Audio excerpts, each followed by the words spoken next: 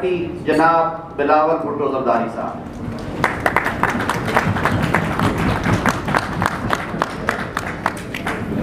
بسم اللہ الرحمن الرحیم۔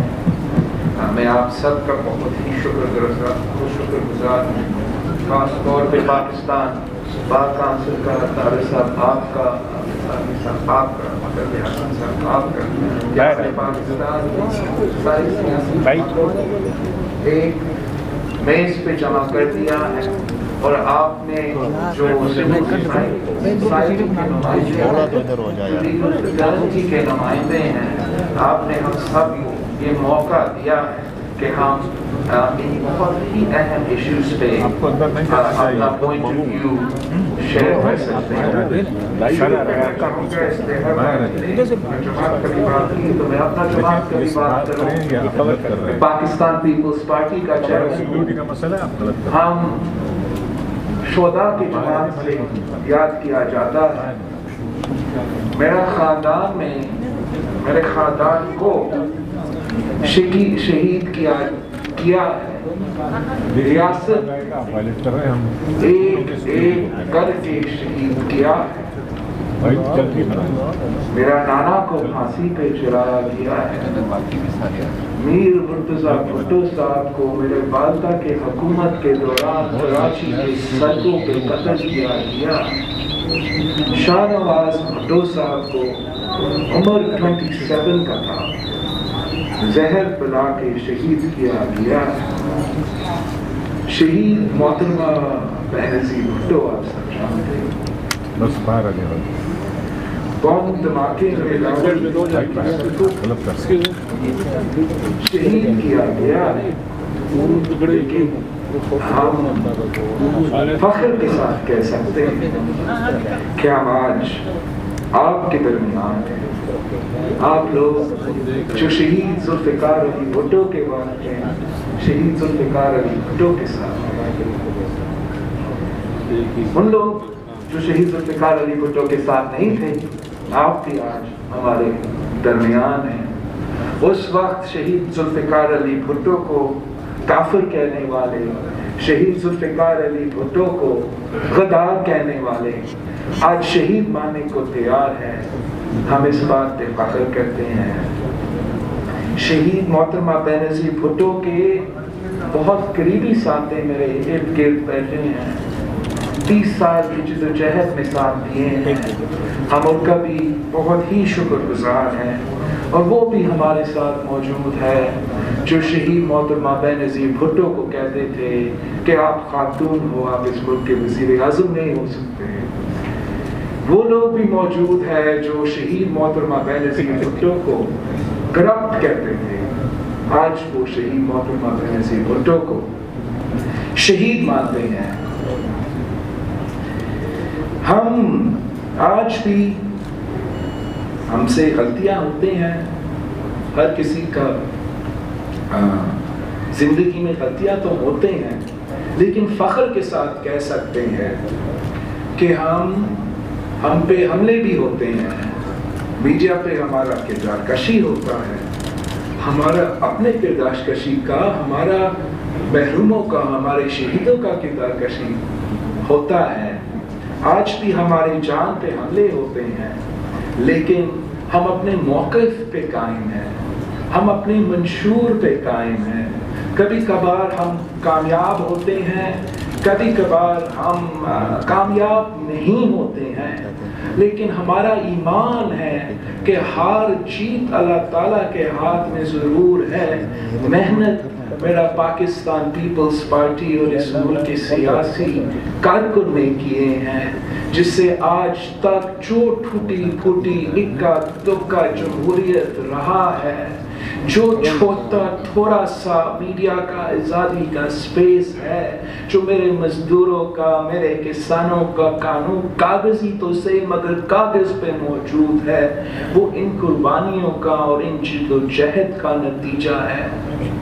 آج پاکستان ایک ایسا وقت سے گزر رہا ہے جہاں ہمیں بتایا جاتا ہے کہ ہم مدینہ کے ریاست میں ہیں، مگر مدینہ کے ریاست کا یہ حال ہے کہ پاکستان کے سب سے ایک فیمس موٹر وے پہ اجتماعی زیادتی ہوتی ہے ایک عورت کی، اجتماعی ریپ ہوتی ہے ایک عورت کی ان کے بچوں کے سامنے، اور جن کا ذمہ داری ہے اس عورت کا تحفظ دلوانا، جس کا ذمہ داری ہے اس ملک کے سارے عورتوں کو وہ یقین دلانا کہ آپ کا تحفظ اس ریاست کا ذمہ داری ہے، آپ کو آپ کا right to feel safe and secure to travel at night with your children, وہ جن کا ذمہ داری ہے وہ ریپس پہ نہیں وکٹم پہ سوال اٹھاتے ہیں،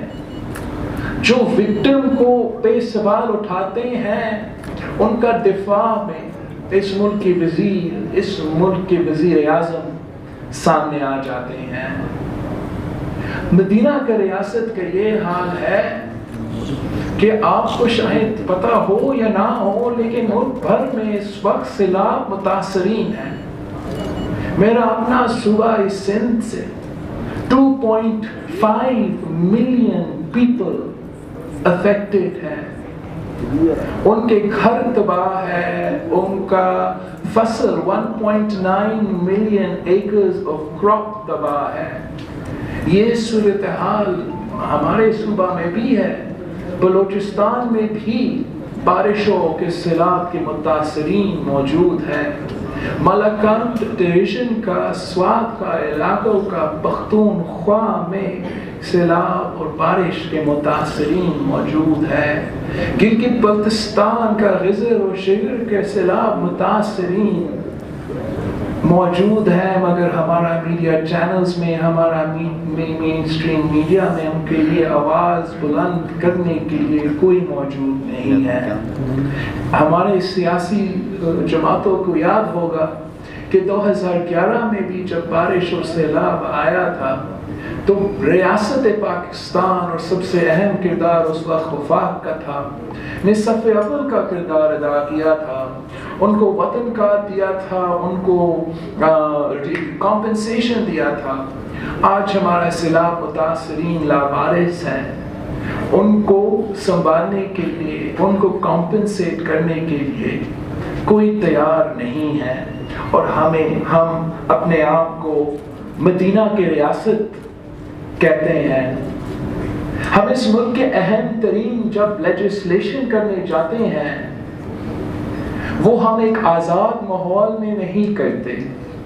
آج تک جو اس نیشنل اسمبلی میں اہم لیجسلیشن ہوا ہے، امپورٹنٹ لیجسلیشن ہوا ہے، وہ رولز کو انڈرمائن کر کے، ہمارا آئین کو انڈرمائن کر کے، ہمارا پارلیمان کو بے اختیار کر کے زبردستی سے پاس کروائے گئے ہیں۔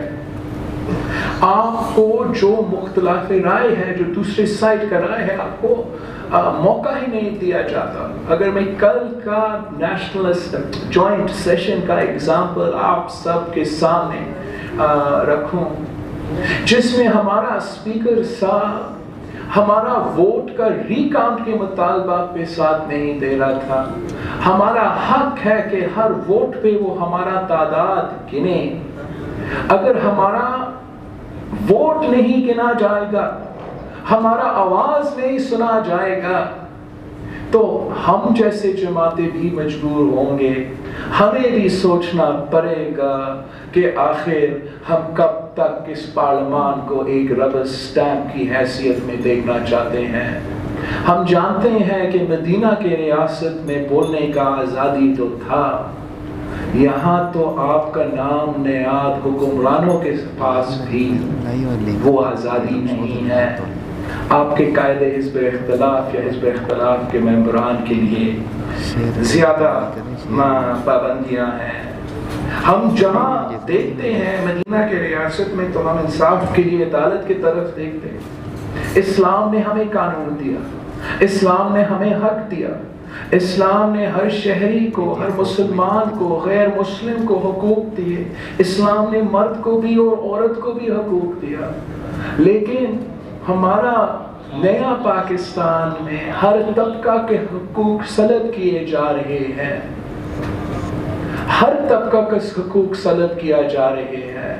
ہمارا تو آپ عادی ہو ہمارا کمپلین سننے کا، نیشنل اکاؤنٹیبلٹی بیورو کا، ہمارے اسٹیبلشمنٹ کا دباؤ کا، لیکن اب ہمارا جو میڈیا کے ساتھی ہیں میں ان کا بات نہیں کر رہا ہوں، جو بہادر صحافی ورکر ہے جیسے ہمارا متی اللہ جان صاحب یہاں بیٹھا ہے، اسد طور صاحب بھی نظر سے گزرا تھا، مالکان جو ہمیں دھمکی دیتے تھے، جو جمہوری حکومتوں کو کہتے تھے کہ ہم حکومتیں بناتے ہیں اور ہم حکومتیں کراتے ہیں،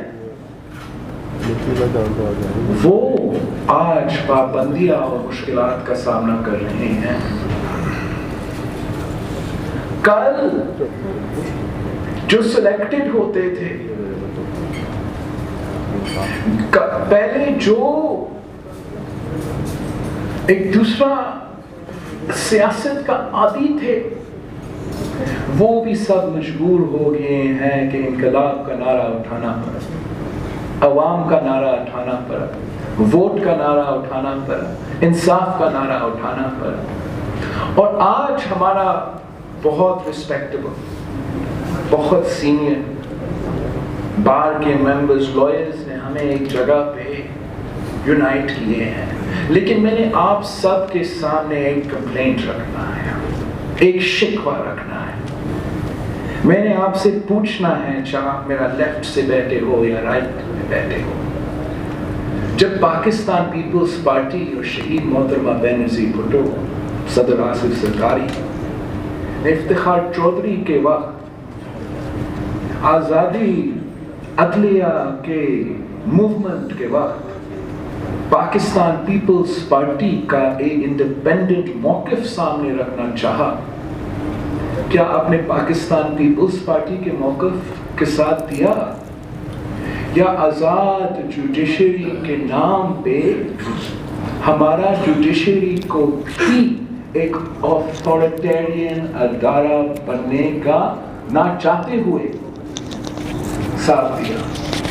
میں پوچھنا چاہوں گا کہ کیا دھاندلی، آمریل، سلیکٹڈ میڈیا کا آزادی، کیا وہ صرف اور صرف پیناما کے بعد شروع ہوا؟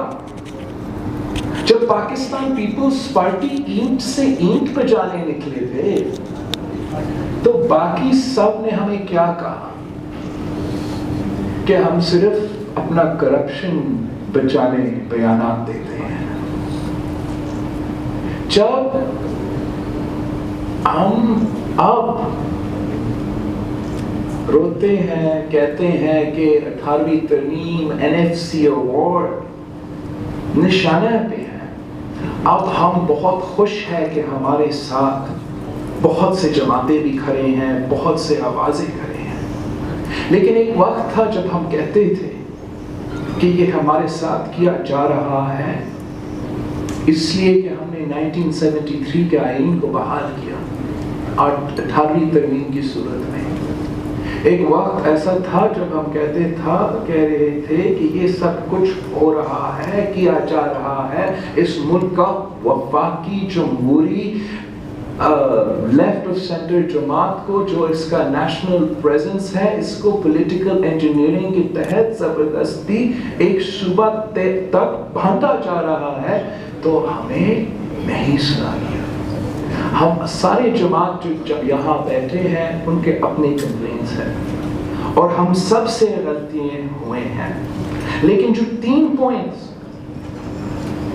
پاکستان بار کونسل نے ہمارے سامنے رکھے ہیں، یہ نئے پوائنٹس نہیں ہیں. اگر ہم کل نہیں تو آج ہم ان تینوں پوائنٹس پہ تو متفق ہو جائیں. کچھ چارٹر آف ڈیموکریسی میں تھا کہ ہم ججز کے اپوائنٹمنٹس کیسے کریں گے. چارٹر آف ڈیموکریسی میں تھا کہ ایک کانسٹیٹیوشنل کورٹ ہوگا جس میں سارے صوبے کی نمائندگی بھی ہوگا. چارٹر آف ڈیموکریسی پہ ہم نے بہت کام کیا تھا. جو کام رہتا ہے وہ جوڈیشری سے متعلق ہے. ہمیں موقع تھا، ہم کرنے چاہا، ہمیں نہیں کرنے دیا. 19th امینڈمنٹ کا ذکر کیا گیا. 19th امینڈمنٹ میں 100% اگری کرتا ہوں.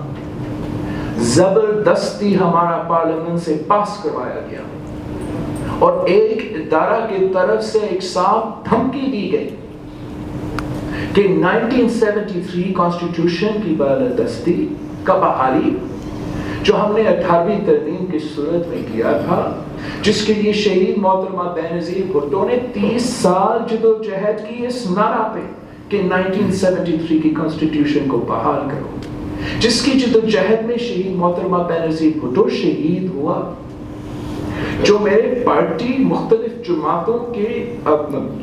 جماعتوں کے لوگ جیل بھگتے، ایگزائل بھگتے تاکہ ہم یہ کانسٹیٹیوشن بحال کریں.